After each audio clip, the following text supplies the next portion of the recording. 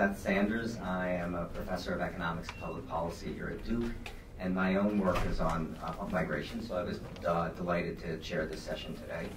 I have to say I always thought of myself as an expert on migration, and then I started to get the research of the people on this panel, and I now know I actually know nothing, is the truth. It's really very interesting. So I am just going to quickly introduce our speakers today. And then I'm going to hand it over to Chalar for the first presentation. So Chalar Ozdin is a lead economist in the Development Research Group at the World Bank. He is a fellow of IZA, Institute of Labor and Economics, the Center for Research and Analysis of Migration, and the Economic Research Forum. Chalar received his undergraduate degree in economics and industrial engineering from Cornell, and a PhD in economics from Stanford University. His research explores the nexus of globalization of product and labor markets, government policies, and economic development.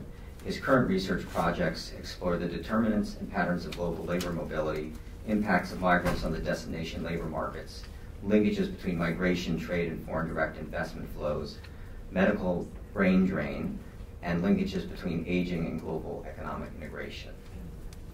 Our second speaker will be Danny Bahar, and we're trying to get Danny on through video conferencing right now. Danny Bahar is a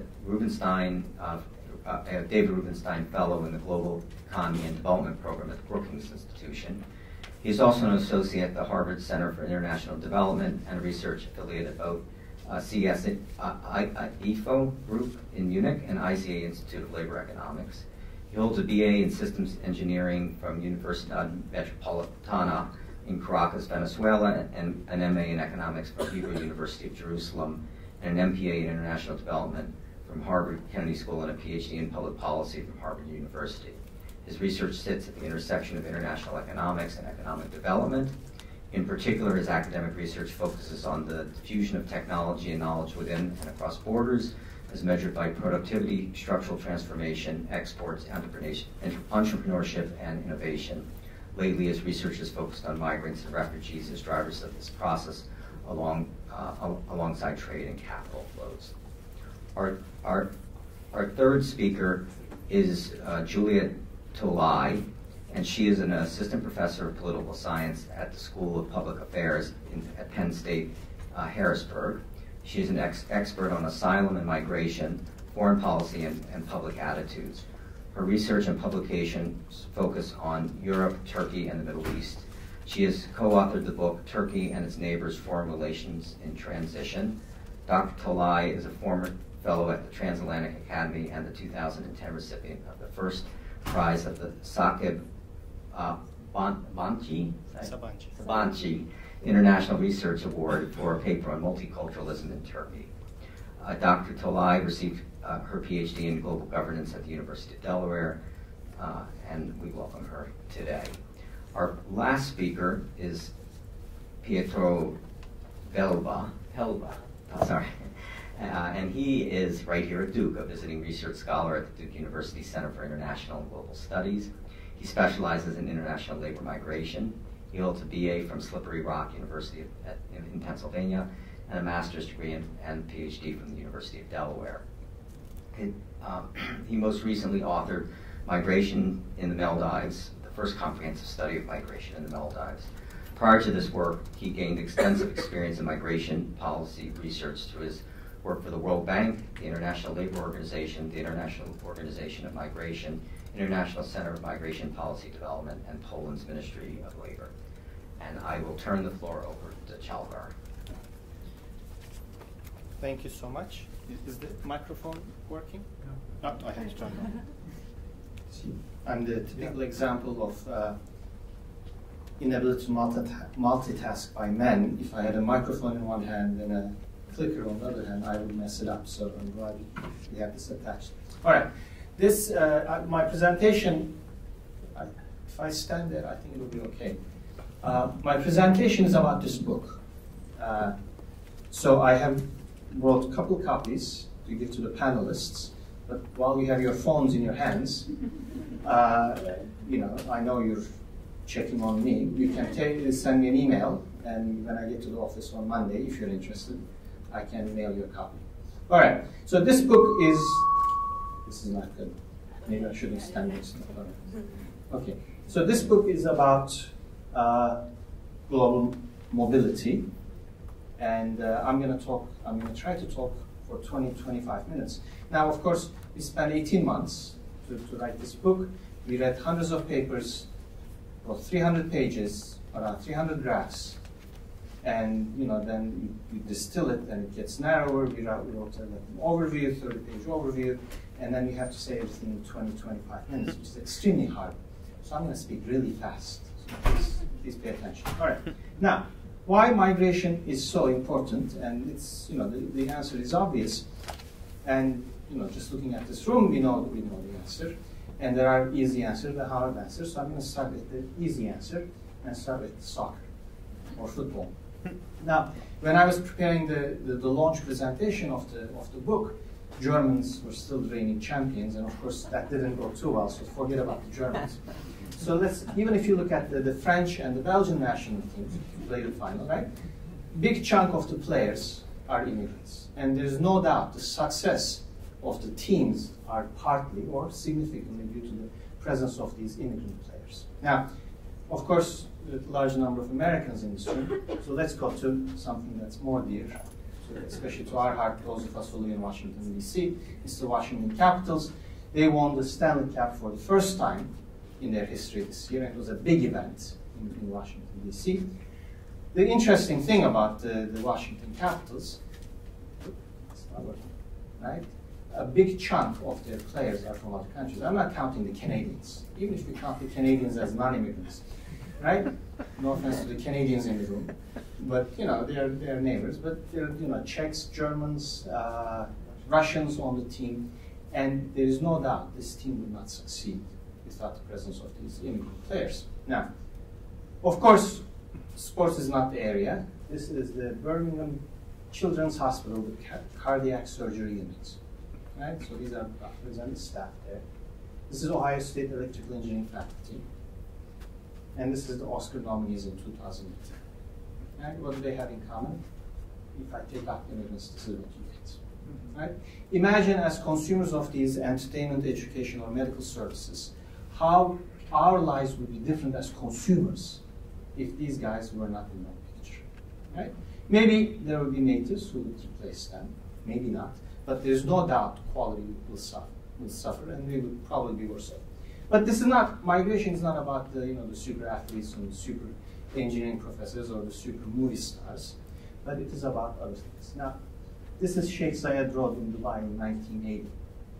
Now, 1980 is not that old time. It's not that long ago. I mean, Indermit was still in grad school at the time. Right? Right? Am I wrong, Indermit? I hate you too.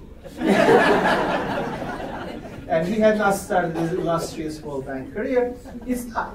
No, I'm saying because you're still very young, that's why. Okay? But look at it, what the road looks like in 2018. Right? This is less than 40 years. Look at the magical transformation. Now, the oil plays a picture. Maybe you can say it's the amazing leadership of the government, but no doubt, a big chunk of the responsibility and the praise should go to the people who built this road. Right? And who were these people?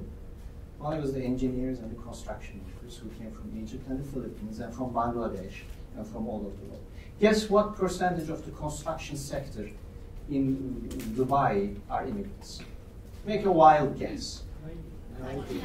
It's 98%.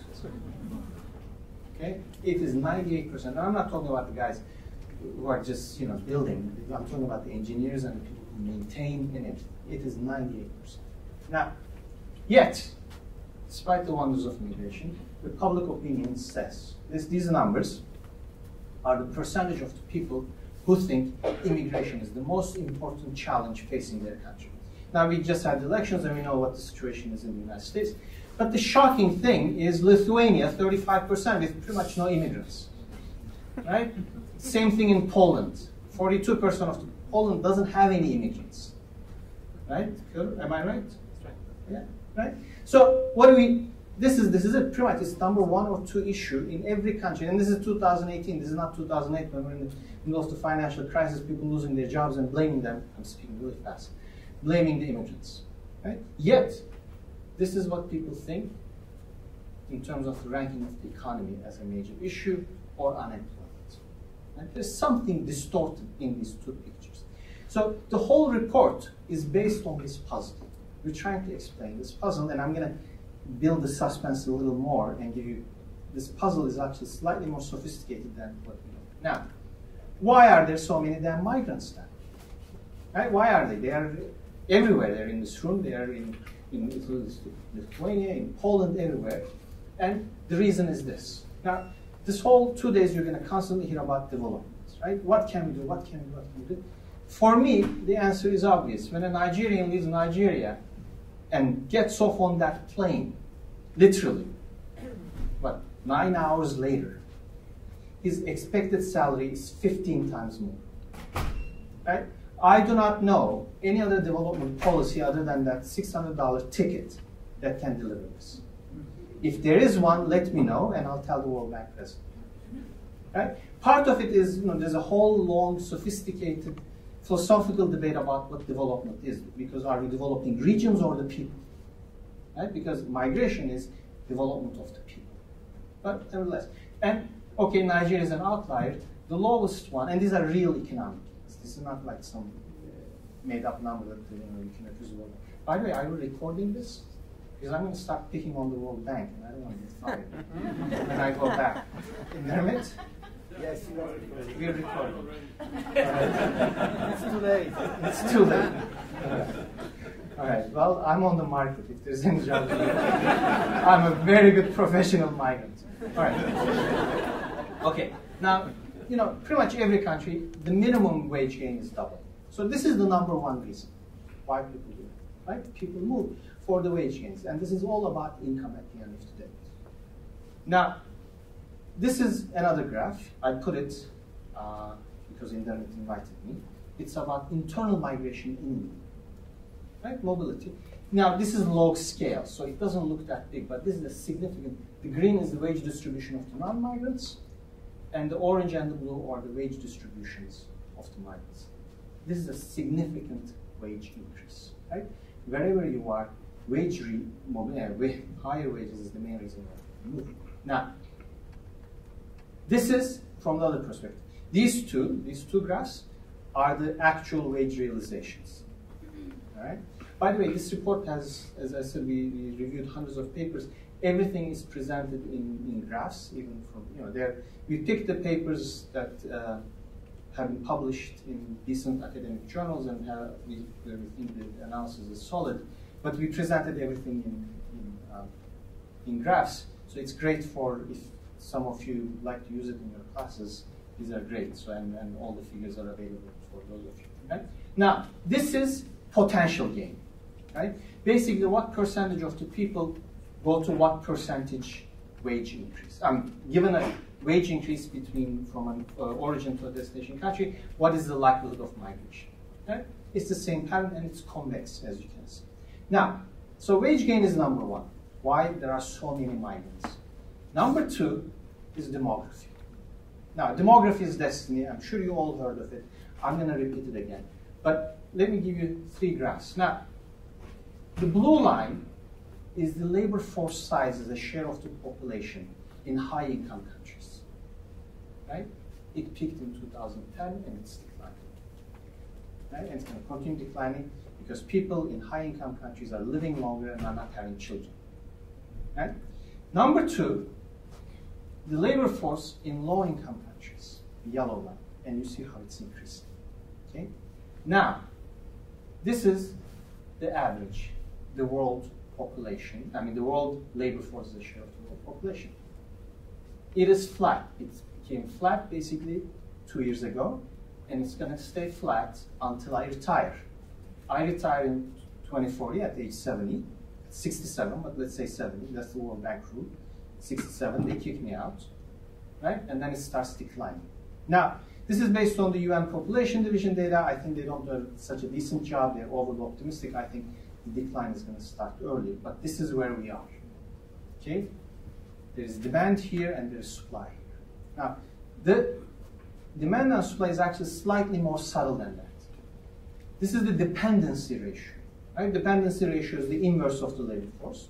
But the dependency can come from children who are not working or elderly who are not working. So if you look at the elderly dependency ratio in high-income countries, you see where it's going on. Right? It's skyrocketing. Okay? Dependency ratio in low-income countries are declining because a lot of them, and I'm not saying China is gone. I'm talking about Indias of the world and Bangladesh and Pakistans of the world, that they have also entered their demographic transition. So what does this mean? It means we have actually a very narrow window of demographic opportunity. Now, when we're doing this report, the World Bank has this Office of Dissemination and all that thing, and I don't think they did a decent job, but they want to come up with Twitter lines. And I'm like, I spent 18 months to come up with 3 Twitter lines. Right? So, but one of them was this narrow window of demographic opportunity. Right? That's where we are. And now, migration does not solve the problem. It does not. But it makes the transition easier in both sides. Okay? So, now, of course, wages and the demographic transition is not the whole story. In the book, we have 60 pages of all these different reasons of labor or human mobility, right? From distance to the role of diasporas to violence and linguistic overlap. You can look at it. It really, I think, covered the literature quite well. And it's all there. But those are the 2 main reasons. Now, so we are, the third component of the puzzle is following. Are there really that many migrants? Okay? The forces of migration are extremely strong. Right? This is the number of migrants in the world since 1960. Part of my projects in the bank is actually putting these global migration databases, which some of you might be using. These are bilateral migration databases. And you're seeing this increase. So you say, wow, 100 million to 250, almost 300 million, right? That comes to over 55 years, around 2% annual increase. That is the rate of the increase of the global population, pretty much. The share of migrants in the world has stayed between 2.5% and 3.5% since the Second World War. Right? It hasn't moved that much. Now, part of the reason it's a nightmare to put these data sets together, like Soviet Union falls apart and the Ukrainians, people born in Ukraine during Soviet Union times, but they're living in Russia, suddenly they become migrants.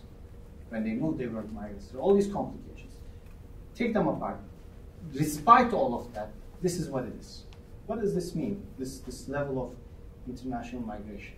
Now, this is, if I put 100 in 1960, this is where migration is today, how much it increased since 1960.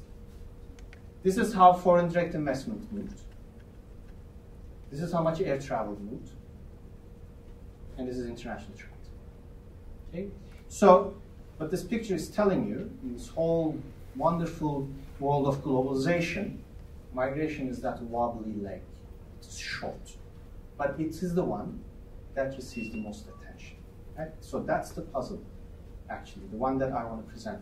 Huge economic gains, huge demographic pressure, huge opposition, yet there are almost no migrants, especially when we compare to other things. How is that possible? Right? Because, as I said, that migration is the really low-hanging fruit on the development tree that we need to be able to grab in with both hands. Right? But we're letting it fall and rot on the floor. So what can we do to get rid of that opposition so we can take advantage of these really narrow arbitrage, narrow timeline to take advantage of it? So the answer is, what is different about migration? And that's what the report, the book is all about. And it is concentration. Now, what do I mean by concentration? This is immigrant to population ratio in 2015 in the world, right? Few countries, the Persian Gulf, right? The guys who built the Sheikh Zayed Road, and of course everything else in Riyadh and Abu Dhabi and Kuwait and everything else, they are the immigrants. Okay? That's why it's dark there. Then we have Australia and Canada and Switzerland. Then we have the US and Western Europe and Libya, well, not that much anymore. This was 2015, still the data showed. Okay? And then the rest of the world is really pale. I mean, there's some problems with data in Africa, maybe slightly higher, but not that. Right? There are not that many migrants around the world, despite the huge wage gaps. What it is the following. Now, I'm going to draw 3 graphs for you, and these are the most important graphs in the book. This is the cumulative distribution function of immigration and immigration. So what it is, you rank the countries in terms of the number of migrants they have. Okay, in 1970 and 2010. The order of the country is not the same. The country with the most migrants, second most, third most, and see what percentage of the total they have. That's what a CDF does. Okay, so let's do that. This is 1970 immigration from the destination country perspective. What this is telling you, again, there are 200 countries in the world. Okay, 10 countries cover almost 60%. They are the hosts to almost 60%, 2/3 of the world's immigrants. 10 countries, that's it. Right? The size distribution of the countries differ and all that stuff. So, is it fair to compare India and Maldives on the end? Forget about it. But this is what it is. Same thing with 1970 immigration, which means 10 countries, 60% of the migrants in the world came from 10 countries. Things have not changed in 2010. Right? So this is the first degree of crossroads. Immigration changed a little bit. Now more countries enter the market.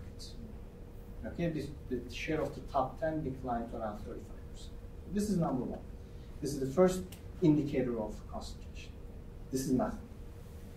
Now, the migration databases I manage are actually bilateral. They're matrices. So 200 rows, 200 columns, which makes 40,000 cells.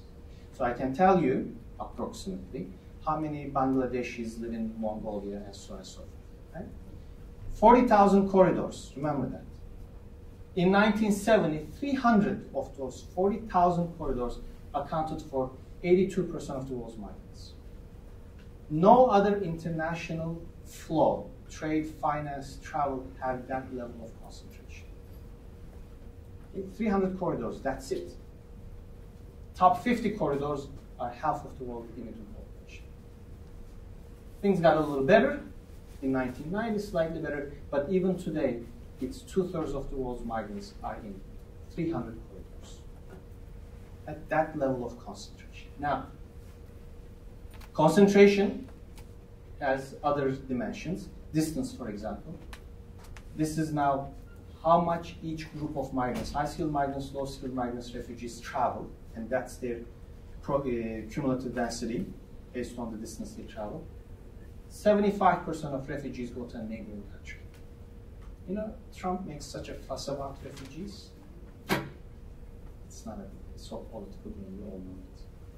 75% of the refugees are in neighboring countries. Low-skilled migrants, people without a tertiary education, half of them go to a neighboring country. Right? High-skilled migrants, people with tertiary education, they are disproportionately overrepresented among migrants. They have the means to finance their migration, and they face way fewer legal barriers. Yet, 25% go to a neighboring country. Right? Distance is a big determinant of this concentration. Now, let's look at it by skill level. This is one of the most fascinating figures in the book. Low-skilled immigration. Right? So, 10 countries, this is very similar to the graph I showed you. This is for 2010.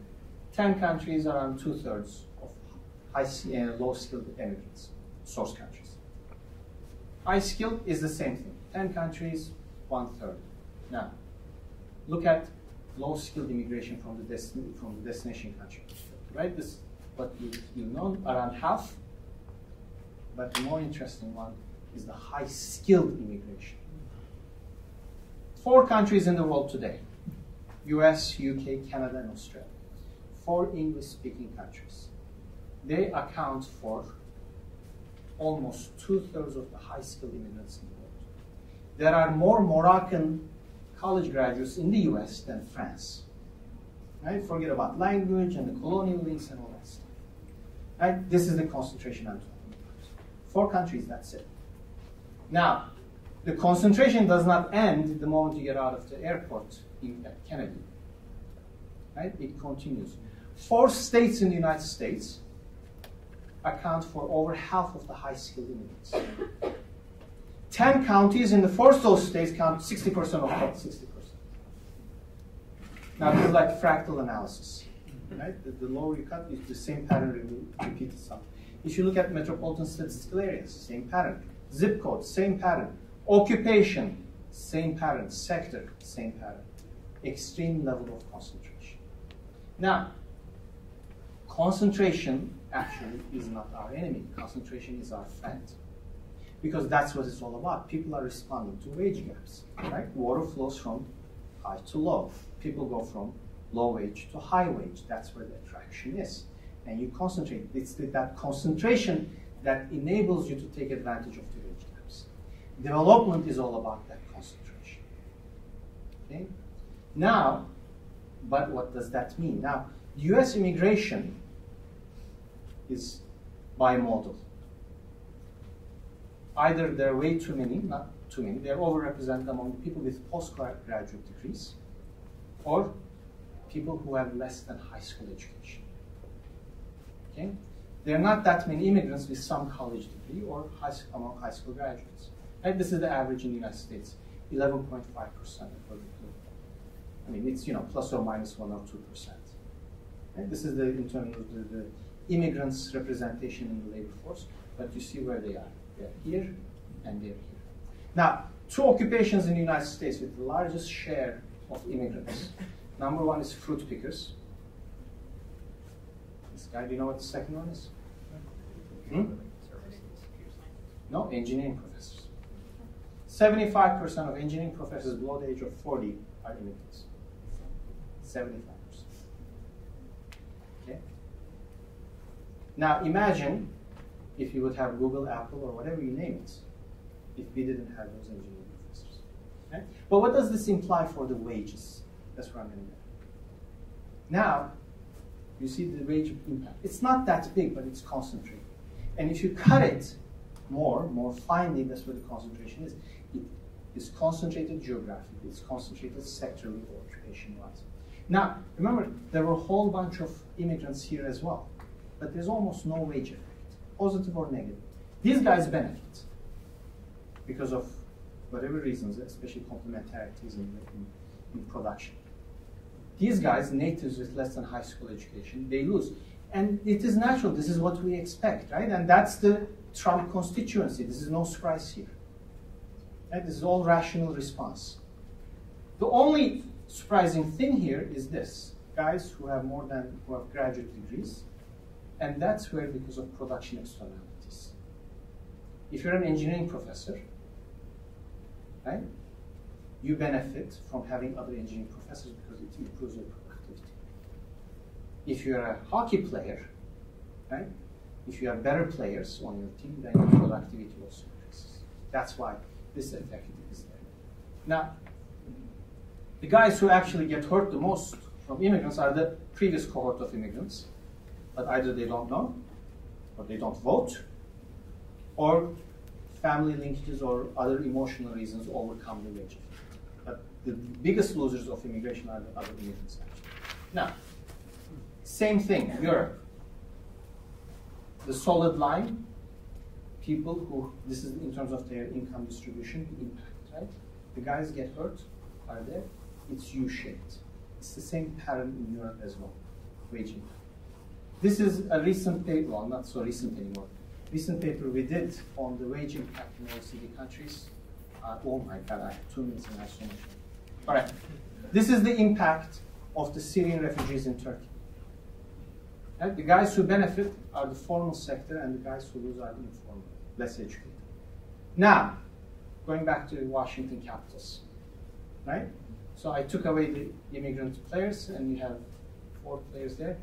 Guess who benefits the most from the arrival of immigrant players? It's the old white guys in the suits. Right? And ironically, they're the ones who are probably voting against immigration, but they are the ones who are benefiting. Okay? Because that's where the skill complementarity kicks in. Now, concentration, right? I told you about this, that's where because of the gains.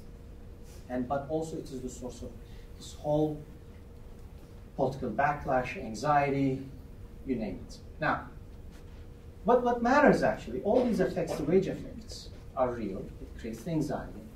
But the real impact of immigration is long-term. And that's the whole chapter of the book is devoted on. And it might depend on education, integration, and how it impacts women. So I'm going to skip quickly. Immigrants, regardless of whether if you look at the origin country or the destination country perspective, they are more educated than the natives in either location. Right? We know it. Now, this is from the immigration perspective. This is what I want to get at. This is from a long-term project we did on Malaysia. The orange line is the share of immigrants in the labor force, and blue line is the share of children between ages 15 and 19 who decided to stay and finish high school. You see the increase? Correlation. Doesn't mean causation. That's what we achieved. It's showing there's causation there. And the biggest beneficiaries of the Indonesian guys coming and working in construction and the plantations are the high school graduates who work as their supervisors. Okay? And those are the guys who finish high school. Right? Complementary skills. And because you can quit high school and compete with a guy working in construction, or you finish high school, it's obvious, right? You work as a supervisor. Now, how it changes occupational placement. And it induces, both immigration opportunity induces potential migrants to acquire education, but it also induces the people at the destination to acquire complementary skills. There's tons of evidence on this. And I'm not going to go into it because I'm now -1 minute. But I'm going to give you something else about gender. Right? So these are Filipino maids in Singapore. For those of you who've been to Singapore, they come get together at these parks on Sundays, and you literally have thousands of Filipino maids socializing. Now, this is the Women's Icons Awards ceremony in Singapore. These are native women. Right? The reason they are there, because these women do the household work for them. They take care of their children, they take care of their parents, they do the cooking and the cleaning. Right? That's the complementarity. There are a couple of very good papers on this that show how it changes. And that's exactly the reason, because you do not have Filipino maids in Japan or in Korea, fertility rate is going down, and female labor force participation in Korea and Japan are much lower than it is in Singapore or Hong Kong. Okay? But the story doesn't end there. And these are the Filipino students in Manila. The reason that these girls are in school, because their mothers or older sisters are working as maids. Okay? So the story is extremely complex. It's not just about wages. It's long-term impact on both societies, both in the destination and the origin. Okay? You take away the Filipino maids, and this is what we get. All right? Now, final point. One of the biggest development achievements we have managed is the increase in the number of enrollment among women in college across the world. In many countries, they are now more than 50%, including Saudi Arabia. Okay? There are a whole bunch of other reasons about Saudi Arabia, but that's a fact. What does this imply? Yes, we have achieved equality and we have achieved great progress in education, but the labor markets are still extremely discriminatory against women. So what? You finish school. If you can't get a job and you're expected to stay at home and raise children and take care of everybody else, right? It doesn't work. Now, this is share of singles among college-educated migrant women to the US. Right? Let's look at China. In 1990, if I look at the 25 to 35-year-old woman, Chinese woman who had obtained their college degree in China, okay, 20% were single. 80% came as married women. They came with their spouses. 2010, that 80% declined to 45%. So the Chinese women, yes, they're going to college, great, they're getting their degree, and then they realize the labor market sucks. What do? I come to the US. And if you look at Chinese women who came single, as single women to the US, 90% are now married to non-Chinese men. The same pattern in Ghana, the same pattern in Brazil, in Romania, except India. I don't know what's wrong with Indian women. Okay? Or what's great about Indian men. Okay, they're still coming as married with their husbands, but everybody else, the pattern has changed. Policies. So I'm going to say one policy and I'm going to end it. This whole opposition to migration, right? The anxiety. It is also a short-term issue. What we are seeing, a lot of native people, they change occupations, they change sectors, they change geographic locations when migrants come. And that's the economic response. So everybody responds, and actually everybody ends up being better off. But that transition, the anxiety is real, and it is costly. So what we propose, forget David, you know that, that's obvious. Okay? Listen to the markets, that's obvious. This is typical World Bank stuff. Right? I mean, we try to block things and it blows in our faces. That's why we have black markets and undocumented migration. There are tons of evidence on it, how we try to block it, you know, pressure, water pressure goes around. Now, listen, okay. What we're suggesting, one of the things, maybe it's feasible, maybe it is not, I do not know. But one of the biggest achievements we have done is we moved trade from quotas to tariffs. When you have a quota, there are two things happen. One is smuggling. Right? You fill the quota, then people smuggle because there's a price difference. Right? And the other thing, somebody captures that quota rent. Right? The price gap goes to the guy who owns the quota. My wife's family in Egypt, the richest guys are there in the import-export business. No, they're not in the import-export business. They're not in the export business. They bribe somebody to get an import license. Same thing in migration. You have an H-1B quota, who benefits the most? The guy who employs the H-1B guy who managed to get the lottery. Right? So forget the quota regime, move to a tariff regime, impose taxes and levies. Collect the money from both the employer and the immigrant, because he's the guy getting 15% higher income. Chandler, I think we should wrap All up. right. And then use that money for transition, and I'll stop there. Conclusion. Wrapping up on All a right. suggestion to an economist to use prices is perfect. So. Okay. So it's all there. Thank you so much. All right, thank you, David.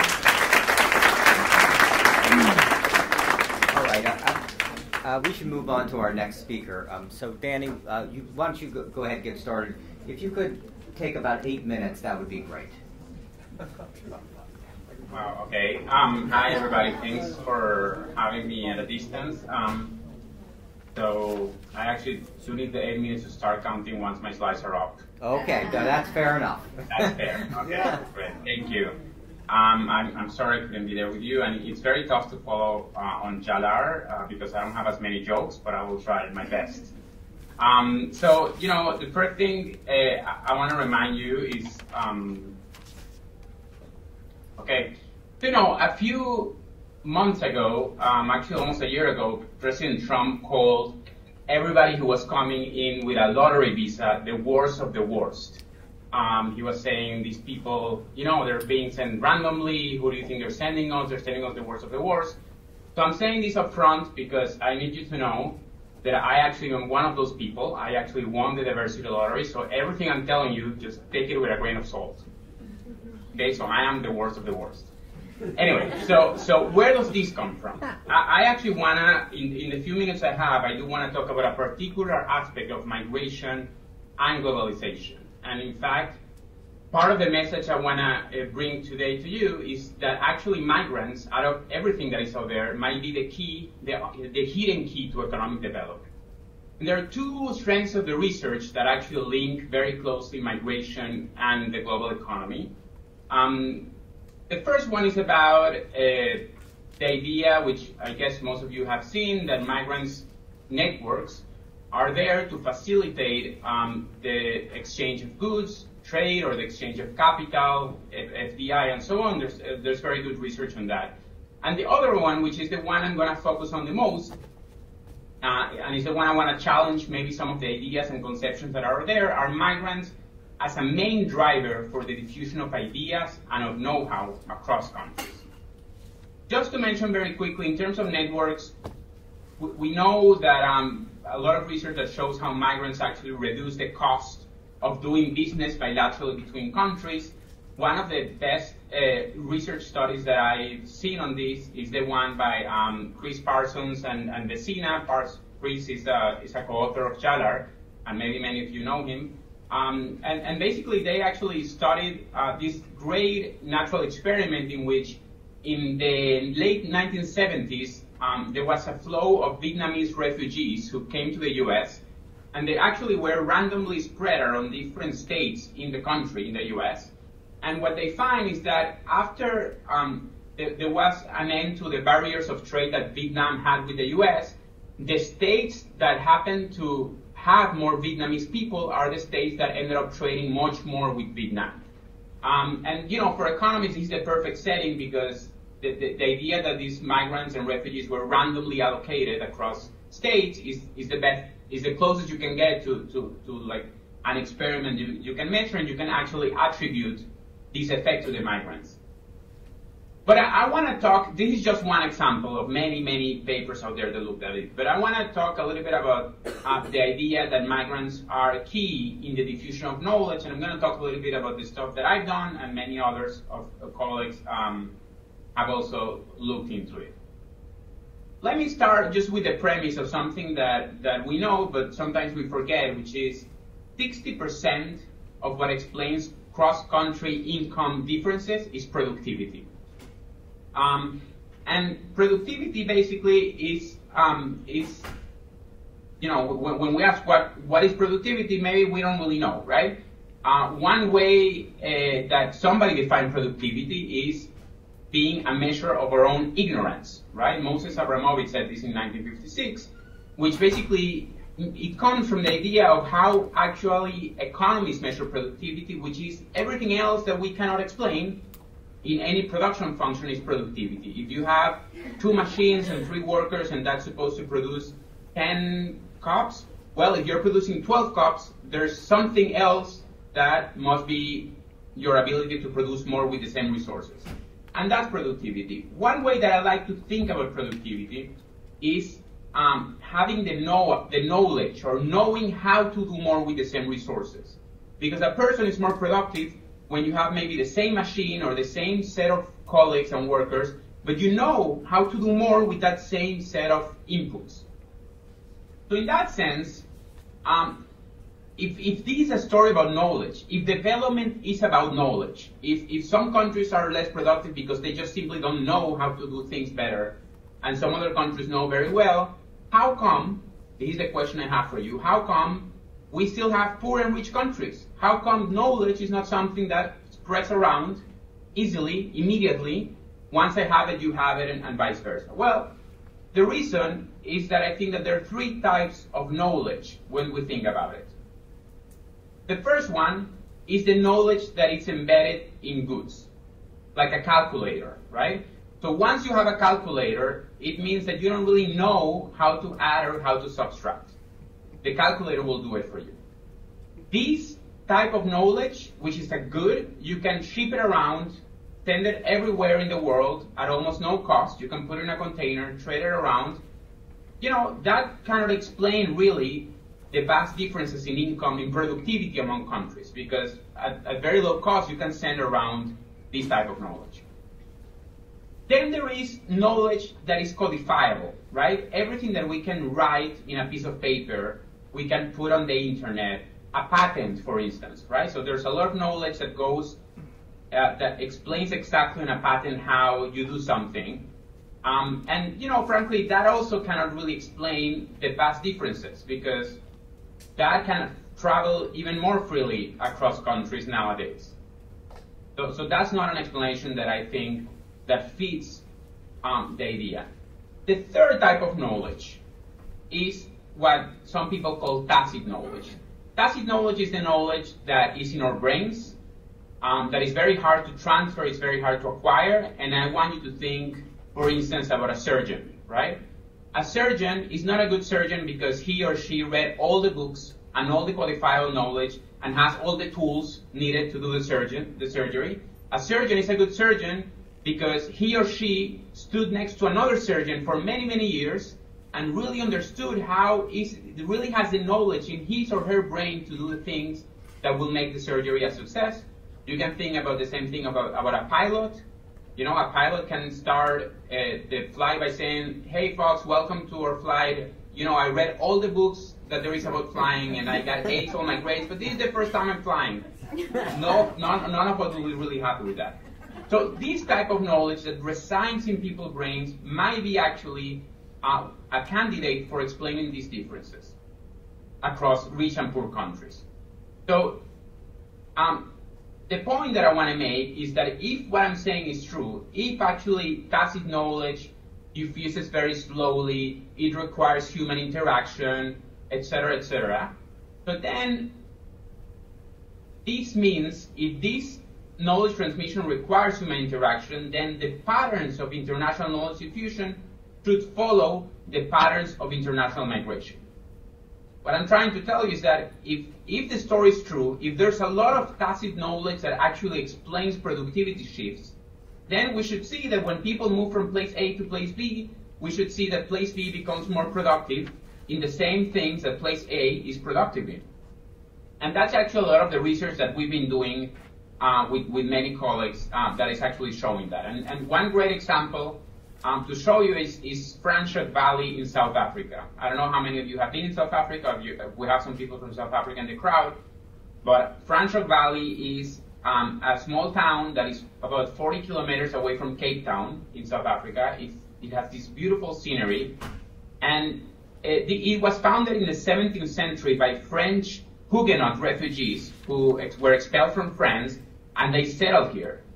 And this, I don't know exactly what happened between the 17th century and today there, but what I do know is that today, Franchot Valley has some of the most renowned wineries in South Africa.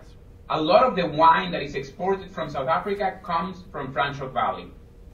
Does this have to do with the fact that a bunch of French refugees settled there, knowing how to make good wine, and maybe they brought that know-how to make wine? Possibly. We actually took this to the data, and we tried to study whether, for instance, the movement of French people to South Africa imagine we have two countries. One of them is France to the left, which is an exporter of wine. The other one is South Africa, which is an exporter of jerseys. And the question we had is whether French migrants move to South Africa, whether actually South Africa becomes also an exporter of wine, a competitive exporter of wine, and whether at the same time France becomes a competitive exporter of jerseys.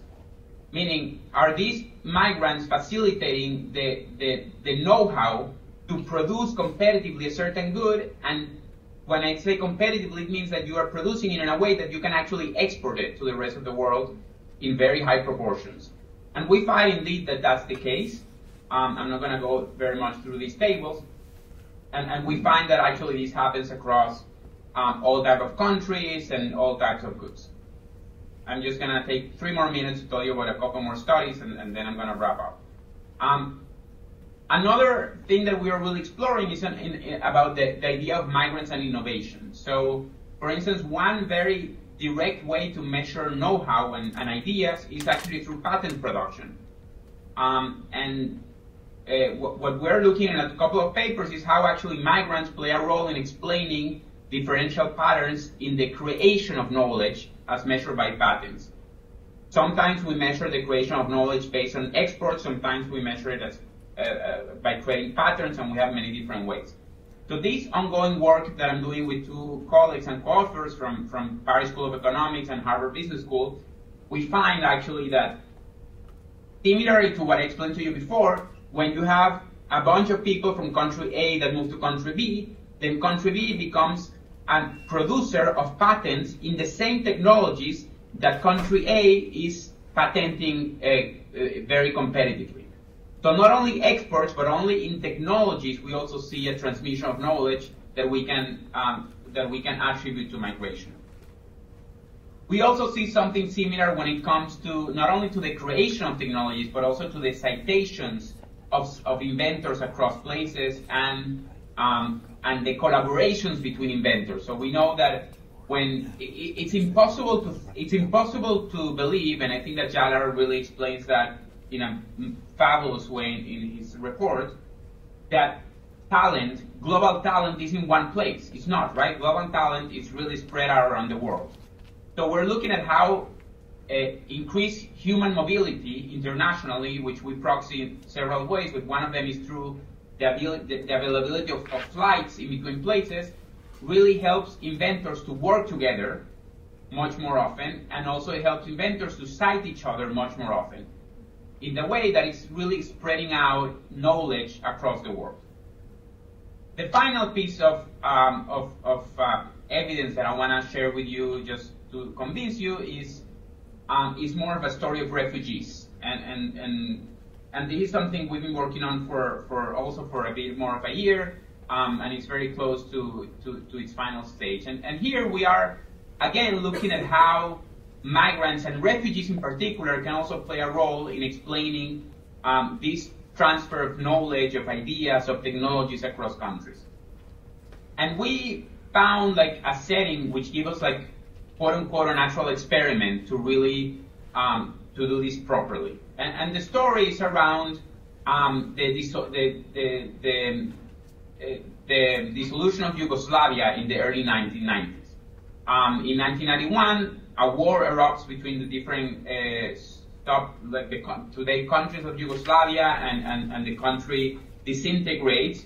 But as part of it, there's a big war, a very bloody war that creates actually the largest displacement of people since World War II. And about 700,000 Yugoslavians actually end up in Germany in the early 90s. And that's what you see in this graph on the right. So in 1990, the blue line tells us the stock of Yugoslavians that actually arrived in Germany. And you see how actually it goes up very dramatically as people get and look for asylum. But what happened there is that when the peace treaties are signed in 1995, there is an effort to repatriate a lot of these people who were there temporarily. So what you see too is that after 1996, there's a drop in the number of Yugoslavians in the country. Most of them were actually going back to their home countries. So Danny, what we... If you could just wrap up, it would be terrific. Yes. I want to give people a little time. Just 1 minute, and I'm sorry, I lost my train of thought. Okay, so what we know about each one of these people is where they worked. Where they worked, well, they were in Germany. So many of them worked in, for instance, in iron steel structures, chemical products, cars, and so on. So we know exactly the sector that they were working. And what we find actually, our main result is that these same sectors where a lot of these Yugoslavian refugees were working in Germany and then came back are the sectors that boomed in the Yugoslavian economy after their return. So that's the line that you see. The red line is the number of is the products that actually received more migrants workers back. And in addition to this, what we find is that this effect is actually driven by migrants who were in managerial occupations that had occupations that were intensive in analytical tasks, that were working for the highest paying firms, that were supervisors, etc., etc. So this hints to us that this is a story about know-how. These people really were exposed to better technologies, really were exposed to more knowledge, and this really perhaps played a huge role in the development of the Yugoslavian countries that we see today thriving, even some of them as part of the European Union. So I'll stop it there. I have some insights about policy, but I will probably keep them for the Q&A. Thank you. Thank you so much.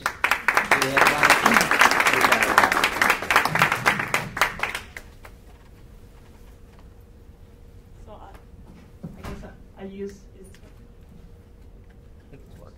it working? Yep. All right. Thank you all. So it's actually great to follow up from the previous presentation that was just concluding on the role that refugees among the immigrant population can play as well. Since my presentation is gonna be using I should do that. So my presentation is going to be focusing on the situation of Syrian refugees in Turkey. And I really envision this discussion as kind of being, in a sense, an illustration and a counterpoint to Chala's report, so I'll be kind of making reference to it, and I stole a few of the graphs from the book as well. But I'm also using a kind of a research from a report that was just published, and I have a couple of copies here if you want. It's also available online. That was focusing on kind of the policy response. So I'm a political scientist, so I'll be talking about the economic aspect, but I'm obviously interested in the politics of it, and maybe actually, just for the sake of time as well, I should maybe start with the two main takeaways from the remarks I'm gonna be doing. And one is that when we do migration study and when we look at, one of the first things we do is to distinguish this idea of economic migrants from refugees. And there are a lot of, from a sociological or legal point of view, there is an interest in doing that. But then often, especially when we talk about the economic impact, refugees are often kind of separated and kind of not included in the discussion. And one of the things that is very welcoming from the report and from the presentation we just had is that refugees are also economic actors, and they play a very important role. So it's very important to bring them together. At the same time, and this is what I'm going to be arguing here, there is something different about the refugee population, mostly in terms of the motivation, the reason why they came, and that will have an impact on when we talk about policies and things that we look at. The second main takeaway here is that politics and policies and the political system actually have also a big impact when we think of the ways in which immigrants and refugee population are integrated with the local economy, and so we need to kind of look at that as well. So I should just to provide a little bit of context regarding Syrians in Turkey. Turkey has a very large number of Syrians. You can see from this graph, again stolen from Chala's report, you can see roughly the Syrian population has been kind of divided into two, and about half of it has been displaced. Most of the displaced are actually being displaced internally, but among the ones that have been displaced outside of the country, the large majority are in neighboring countries. Very few of them actually make it to countries that are further away. And among the neighboring countries, really, Lebanon, Jordan, and Turkey are the three most countries that received a lot. Turkey has been receiving a lot more, about 2/3 of them. But Turkey is also a much larger country. So actually, if you think of the impact that refugees have in a place like Lebanon, where 1 person out of 5 is a Syrian refugee, you also have a kind of a different story. But as a result of this massive influx of Syrians into Turkey, Turkey has become the largest, the country that holds the largest refugee population since 2015. So kind of unprecedented flow, unprecedented situation for Turkey, who has had refugee inflows before quite a number of time, but the numbers here and kind of the concentration of the number of refugees coming in a short amount of time is really kind of unique and unprecedented for Turkey. And another point I'd like to make regarding kind of Turkey's unique situation is we've been talking about this. Most refugees go to neighboring countries, and often neighboring countries are actually developing countries who usually don't necessarily have already a lot of capabilities that help in the reception and the welcoming of refugees. Turkey is a little bit different in that it is a rising economy. It is more of a middle-income economy, and actually compared to other countries that receive large influx, it has a lot more capabilities to really receive and help refugees. Which is something that has been helping. And on the other hand, if we compare Turkey to other kind of more developed countries that also have been facing influx of refugees, what we've been seeing recently in many of those developed countries, in particular in Europe or North America, is really a lack of political will to kind of really welcome and put in place the policies that would really help bringing in a large number of refugees. And again, this is not the case in Turkey. So Turkey is combining both kind of relatively strong, again, there are a lot of challenges, but relatively strong capabilities with a political will to really be welcoming and getting a lot of refugees in. I would argue that a lot of time it's not done for the right reasons, so I have a lot of question marks regarding this political will. But in practice, we have a situation where we have a strong political leadership that says we're going to open the border and we're going to be welcoming and we're going to be integrating them, combined with a country that has relative capabilities, so that makes Turkey a particularly interesting case to look at. If we want to kind of apply some of, again, the Moving for Prosperity insights regarding the situations of Syrians in Turkey, we don't have great data especially when we want to do the more kind of fine-tuned, nuanced economic analysis. And some of the better research that we have starts to be a little bit outdated. A lot of it is from 2014, 2015. But nevertheless, one of the things that we see really clearly is, oh, by the way, those were the numbers that have been kind of increasing exponentially of Syrian refugees going to. So we have, as of today, 3.5 million Syrian refugees in Turkey, for a population of roughly 80 billion, so about 4% of Turkey's population is now Syrian refugees. But not all of Turkey is affected the same way. So we see a concentration happening really strongly. A lot of it is on kind of border areas, right at the border with Syria. But we also see some kind of economic pulls, and in particular Istanbul as kind of the biggest industrial and business center of the country, as attracting also a large number of people. So it is obviously having kind of an unequal impact on Turkey as a whole. And we see also, and again this is stolen from Chala's report, which was actually stolen from a previous study before. This is a traveling graph.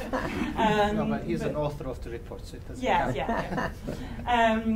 That we see, and again, this may have changed a little bit because there have been some policy changes I'm going to talk about. So a lot of the data is from 2014, 2014, that there is displacement happening. So in particular in the informal sector, Syrian refugees are coming into kind of into Turkey.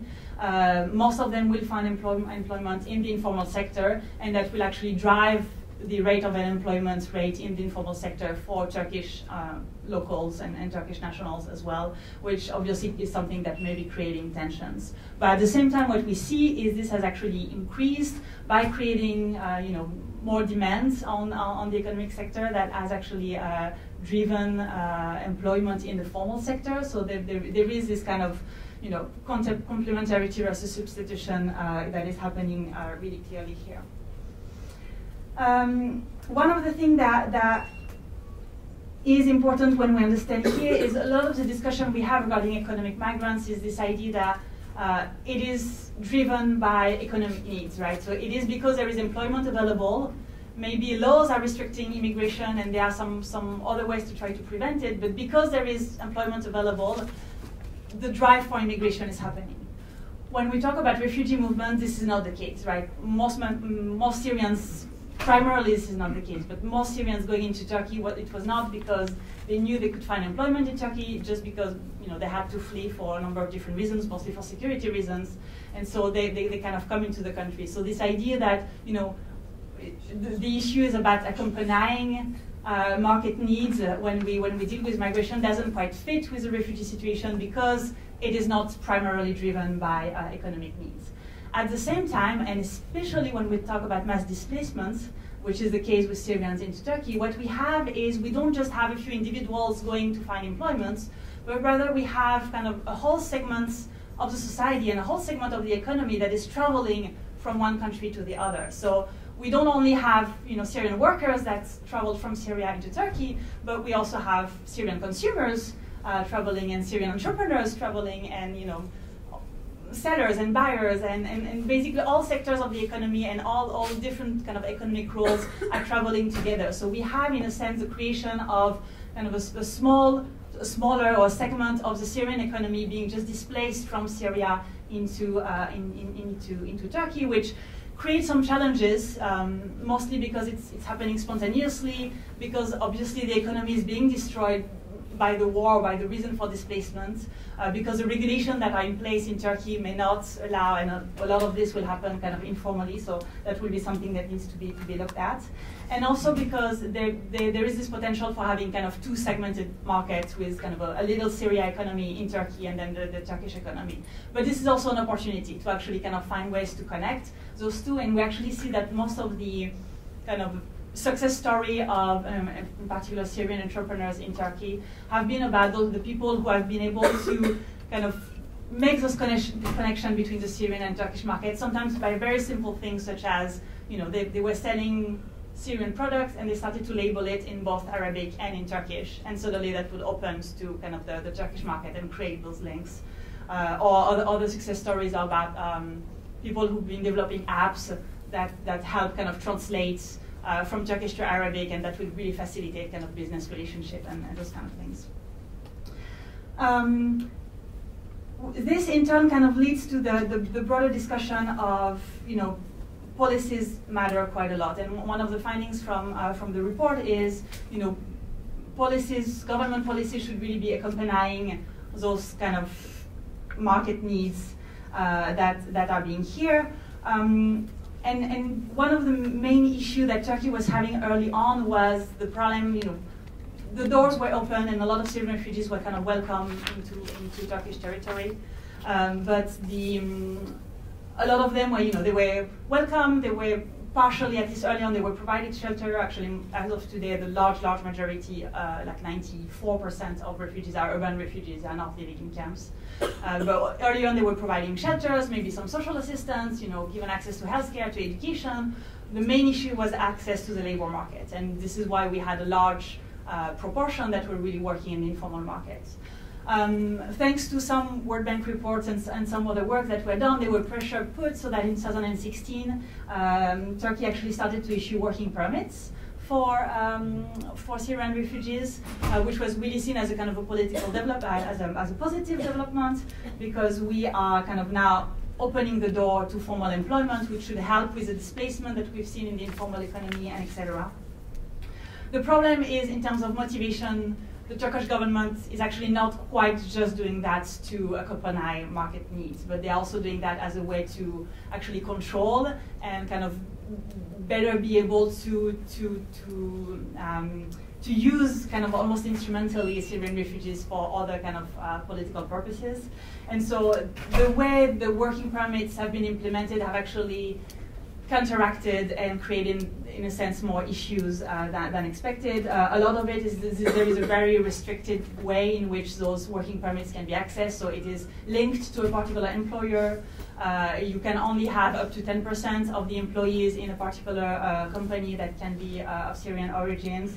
And most complicated, you can only have a working permit issued in the province where you are registered. And this is particularly problematic because you cannot change your registration, and oftentimes a lot of employment opportunities happen in Istanbul, but Istanbul has actually stopped registering new refugees. So the mobility that you will need to see happening kind of naturally to just follow where the demand is not really applicable and possible. So this has created issues, and we see actually that the numbers of working permits that have been issued is actually very low. We estimate that there are, again, we have 3.5 million refugees. We estimate that about 600, 700,000 are people who are working in the informal sector, and we are only talking about 50,000 of working permits that have been issued. So the numbers are kind of disappointed. Even after 2.5 years, we have very few of that. Juliet, if you could wrap up. Yes, and so I had a few more things to say, but actually a lot more things to say. But just as a kind of a last remark, going back to this issue of kind of public opinion and to what extent does public opinion matter, which is something that we saw from Chala. We have this kind of puzzle of, immigration is needed, it has a positive impact, and yet we have this strong opposition. The case of Turkey has been very interesting because Turkey has been declining in terms of the level of democracy that it used to have.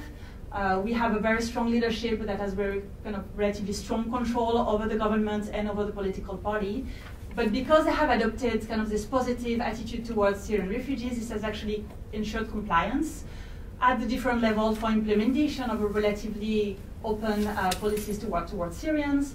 And this has actually limited a lot of the negative reaction that we have. However, tension is kind of boiling under the surface. And a lot of the negative things that we have from the data we have on public opinion is related to this pressure on the economy. So pressure, the wages are going down, and the rental prices are going up, and the consumer prices are going up, and this is what is really perceived. And at the same time, it's very difficult to kind of counteract or better inform the public because of the ways in which this has been very politicized, and people don't really believe what they are being told anymore. It's more of if they are pro-government, they will believe what the government says. If they are anti-government, they will not believe what the government says, which eventually leads to something that is very unhealthy and actually preventing some of the issues in the short term, but not really helping in the long term. And I'll stop here. Thank you so much. So Giovanni's given me a little reprieve. And if you could keep the comments to 10 minutes, Sure. 8 to 10 minutes, so we'll have about 8 to 10 minutes for questions, Sure. and then we're going to shorten the break. If I was to summarize my presentation in 1 second, I would say that does it work? That one of the key ideas is migrants and migrant workers are a key untapped resource for a number of countries, for all of us. But as a political scientist, I often wonder how to help governments make the most of this potential so that everybody benefits to the same extent, so that the benefits of migration are equally distributed among the countries of origin, the countries of destination, among employers, among migrants and their families. So this is something that I was invited to help Maldivian Ministry of Economic Development with via the International Organization for Migration, and this research will appear as a publication, but it has not been published yet, so I cannot really talk about this as of yet. Instead, I would like to give you a broader idea of migration to the Maldives. I think Maldives is an interesting country just because it sounds so exotic and nice, but it's also one of the countries that is struggling with those policy questions. Okay, we have attracted migrants, and what do we do next? Where do we go from here? How do we structure our policies? So, for those of you who don't know, Maldives is an archipelago. There are 1,200 islands, more or less, but around 1,000 of those islands are really not inhabited. Only 200 islands are permanently inhabited.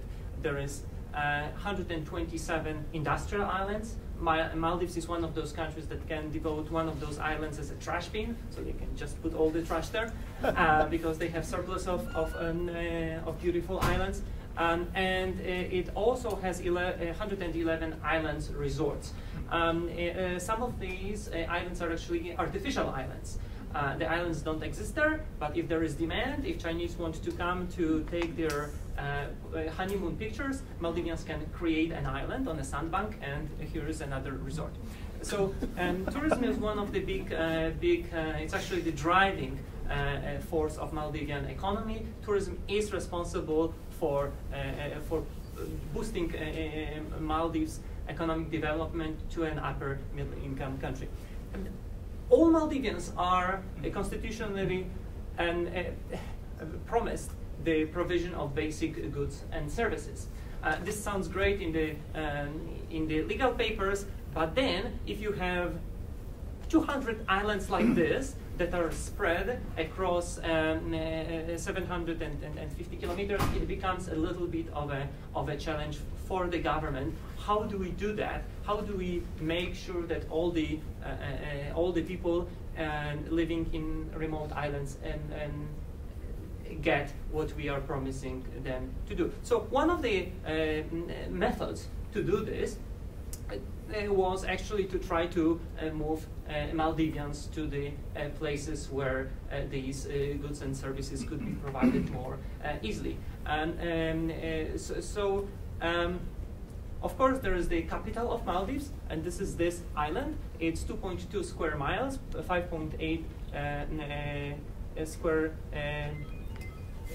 kilometers, and it's one of the most congested cities on planet. So it's a little bit difficult to bring even more people from the atolls to this place. So the other idea of the government was actually to create a development centers in the atolls, and in order to bring the goods and services there, Maldives needed migrant workers. In the atolls, 58% of all islands have a population below 1,000 people. So there is a big difference between the concentration of people in the capital and in the atolls. It's actually quite easy to bring migrants, especially high-skilled migrants, to the capital. It's much more difficult to bring high-skilled migrants to those scarcely populated islands, because migrants, especially high-skilled, they also think in terms of what am I going to get out of this experience. And in Maldives, we witness quite a high rotation of medical doctors. Even though Maldives is able to bring medical doctors to those islands, the clinics are so small and they don't offer enough in terms of professional development. Maldives is one of those dry, infertile countries, so and this is a problem for development. This is a problem how to sustain yourself in such a place where you basically have to do container gardening. At the same time, sometimes Maldives becomes like we have become today. And Maldives was one of the countries affected by tsunami, and tsunami created an opportunity for migrants because it sparked governmental policies that aimed to prevent flooding in the Maldives in the future. So it sparked many development projects, large-scale projects, both to try to move Maldivian population to safe places, and there aren't too many safe places in Maldives, since it's one of the most flat countries on earth and very prone to sea level rise. By the way, when I was starting this project, I had only 200 years to finish it, because Maldives can go under sea in a period of time, but I got done. And so the Maldives needs to invest in construction, large construction projects, precisely to prevent flooding and all other catastrophes. Originally, it developed thanks to fishing, but right now it's developing thanks to tourism and construction. The two sectors are really closely related.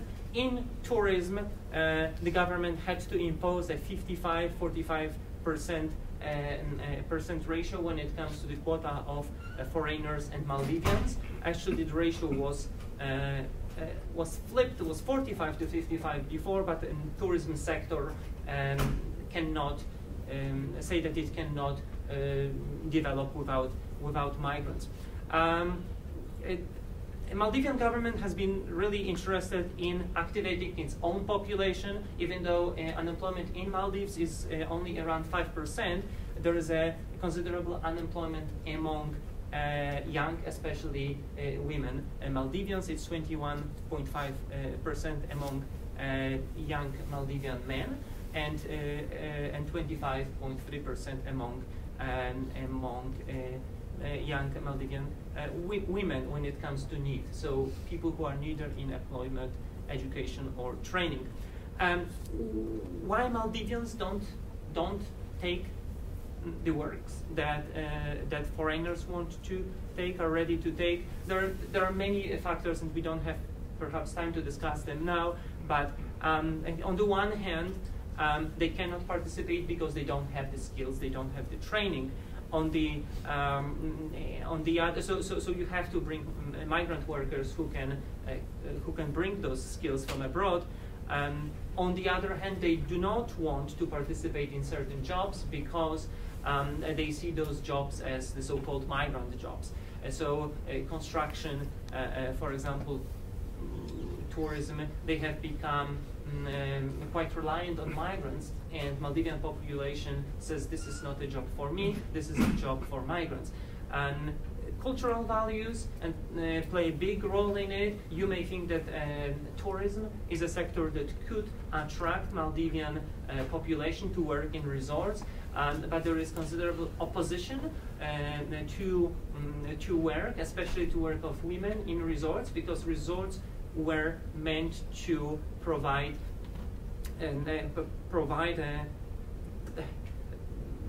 they were meant actually for tourists to come to Maldives and not interact with a Maldivian population. So we really have only one type of tourism in Maldives, and this is luxury tourism. luxury tourism that is based on one island, one resort model. If you have one resort somewhere in the sea, and employers have been the resorts have been building those resorts farther and farther into the sea, it's very difficult to attract local population just because there is no transportation. It's impossible to bring workers there and allow them to commute every day from home to Maldives. Resorts have been quite opposed to the development of guest house sector and the type of tourism that can thrive on local islands where locals live. Normally, if you had this type of sector thriving, you could provide more work for the workers. But for cultural reasons, this is difficult. Also due to lack of infrastructure. I just missed a slide. Just wanted to give you Maldivian. And migrants constitute 15% of the total population in the Maldives, which is the same as the U.S. Even though the data, this is UN data, even though the data is not perhaps as precise in Maldives as it could be in the U.S. Migrants are coming basically from Bangladesh, 58%.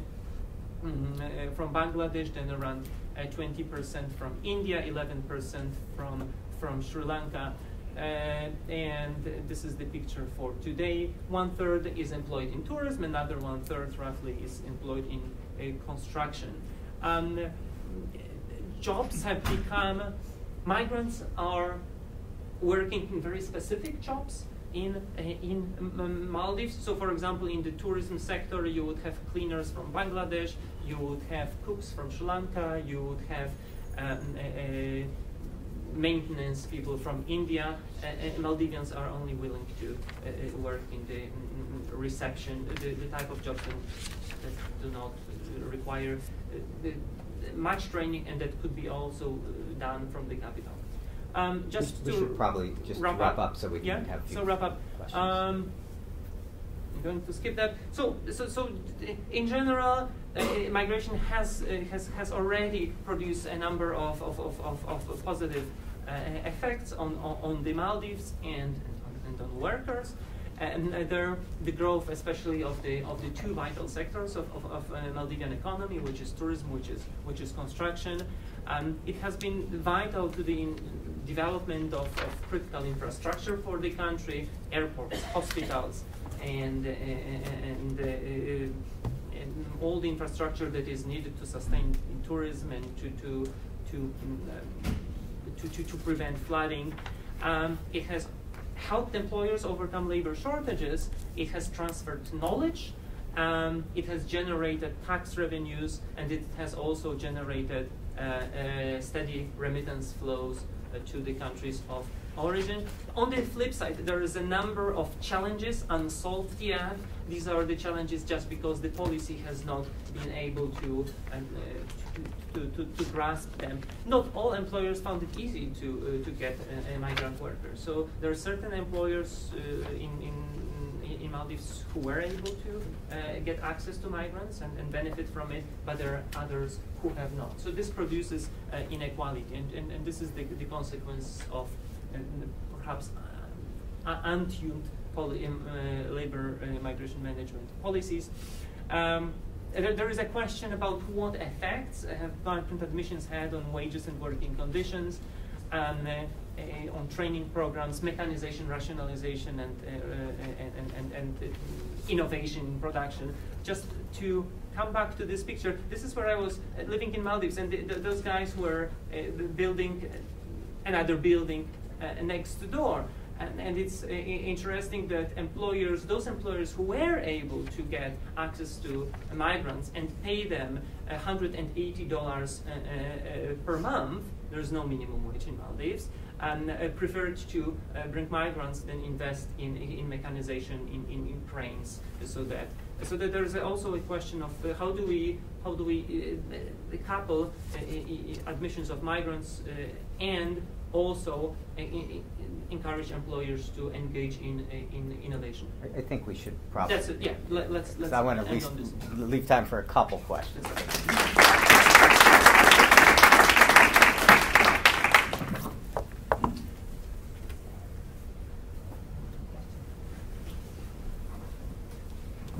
Thanks for a really engaging debate session. My name is Faraz Usmani. I'm a PhD candidate here at Duke. The first presentation hinted on this a little bit, trying to contextualize the fact that migrants aren't a big problem, so to speak, but that there's this kind of really negative political language around it. So I'd love for you guys to kind of go into that a little deeper, right? If it's not the financial crisis and you don't have migrants to blame anymore, what is the ultimate motivation behind using this caustic language? What do you see as political scientists, as economists, for the ultimate goal of using migrants as the whipping bag in this case?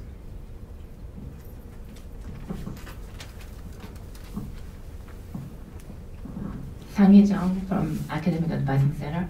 I have a question about European policies because my husband is from Italy and I get updates on lots of messy situation in European policy that they are not really controlling and they are not really collaborating to work with it and just let it happening to the borderline countries. So what would you suggest, Charlotte? I think we should take those. The European countries should do. Let's take those two questions and see if we have more time. So does someone in the panel want to answer the first question, which was about where does the political rhetoric come from? Is that the question? Do you want me to? Yep. I can give a first kind of layer of answer. There's a lot, potentially. I think one easy way to think about it is even though the economic crisis of 2008 is behind us, there are a lot of countries or sectors within countries that have not necessarily fully recovered or who are still just suffering in general from lower employments, and it might be because of a number of different things. It might be because they are in sectors that are no longer as competitive, so there is sometimes kind of a globalization effect. It might be because of mechanization. It can be for a lot of number of things, and it might be because of pressure for migrants. So people who are not satisfied with their economic status in general can easily find this kind of culprit in immigrants. But they're obviously kind of beyond the economic reason. There are all kind of issues. We all obviously see a resurgence of nationalism and populism, and as we've seen, 100 years ago, 80 years ago, and we've seen even before in history. Again, foreigners or minorities tend to be seen as again kind of they're defined as being outside of the political boundaries, and so it's kind of easier to from the elites or from some normal entrepreneurs or some from other to kind of again have this crystallization around them. In a place like Turkey, to go back to this particular situation, there is this interesting thing where basically there are a lot of people who now are pro-Syrian refugees because they support the government, and there are a lot of people who are anti-Syrian refugees because they don't like the government. And this is very odd and strange, in particular because it kind of reverses the typical kind of left versus right that usually people from the right tend to be more anti-immigrant and people from the left tend to be pro-immigrant. This is kind of reversed as a result in Turkey. So everything is on its head, and this is due to this kind of very unhealthy, low level of politicization, but very unhealthy politicization. So sometimes you have very complex national specific issues that will explain why we have positive or negative views. Well, just briefly, in Maldives there isn't that much of the discussion so far, but there aren't any actually good arguments. But one thing that you see and that sometimes society doesn't understand is that society sees migrants as living in very shabby conditions, and they think that it's just because migrants like to live there this way. But it's very hard for migrants actually in places such as Mali. You saw how crowded the city is for migrants actually to gain access to quality housing, and if they are earning $180 per month, they can simply not afford it. So there is it's a consequence of the lack of appropriate integration policies. It's not only about actually bringing migrants to do the work, it's also a matter of integrating those migrants with the society. And even if a government has a program that calls it a temporary migration program, such as Maldives, you also have to assume that some of those migrants will stay and they will want to bring family members, and you have to provide them with the right conditions to live, and so that they don't and create a society within society. I think Chala, did you want to? Yeah, just I'll briefly. Look, I come from a highly political family back at home, and my father in his youth was this, flaming left-wing guy, and he didn't change, but now he's conservative because the society moves. All right? So, linking that, they say science progresses through funerals, because people don't change their minds, the old people just have to die. And this is kind of the pessimism I have, unfortunately. You look at the exit polls in the United States in the last election, and there's a big difference in terms of behavior and what is priority for you and political opinions in terms of age, race, and education. I don't think people change. I'm sorry to say this, it is very, very difficult to change people's opinions, all right? Especially when it comes to political opinions. Now, one of my current projects is, I don't know if they'll let me finish it at the World Bank, looking at 100 years ago, the media response to the immigration of Jews and Catholics to the United States. The language is exactly identical to today. It is identical, nothing, phrase by phrase, right? Nothing changes. It's just the people changed. The color of the people changed, where they came from changed, so on and so forth. So my professional opinion, I can put all these economic reasons and all that stuff, and I read evolutionary biology in my free time, and I think that tribal instinct is part of our genetic code. And if you have especially grown up in that culture, it is very hard to get rid of it. The only way, it's just the only healing factor, the way you're talking about it, how to change people, we cannot. I'm sorry to say, this is my personal opinion. I don't have any expertise in this. Maybe, through intensive therapy, you can change people. But it would be very expensive. My view is society only changes through the changes in the composition. And that's where we're going. It's just that I don't think it's at the speed we like. And my children are more liberal than I am, and I'm definitely more liberal than my father. But where my father was in the political spectrum 40 years ago is very different where he is now. And that's, I think, human nature. So we are kind of fighting to human nature. So in that respect, I'm both pessimistic and optimistic. About Europe, look, it boils down to the same thing. Europe is aging, right? The main beneficiaries of migration are the old people, because the immigrants finance their retirement, the current generation, especially given the European social security systems, as well as providing services that these people need at the cheap cost. If they're taking the gun and shooting themselves in the head and voting against their self-economic interests, there's nothing we can do, right? I mean, these are adults, they're grown-up people. And they brought wonderful things in terms of human history to civilization, and if they're not seeing it, I think we just have to wait time to play it out. I mean, there are so many empty areas in Italy, all these wonderful vineyards and olive gardens and stuff. It would make so much sense to take a whole bunch of Syrian refugees who grew grapes and all this back at home and let them take care of the agriculture. But no,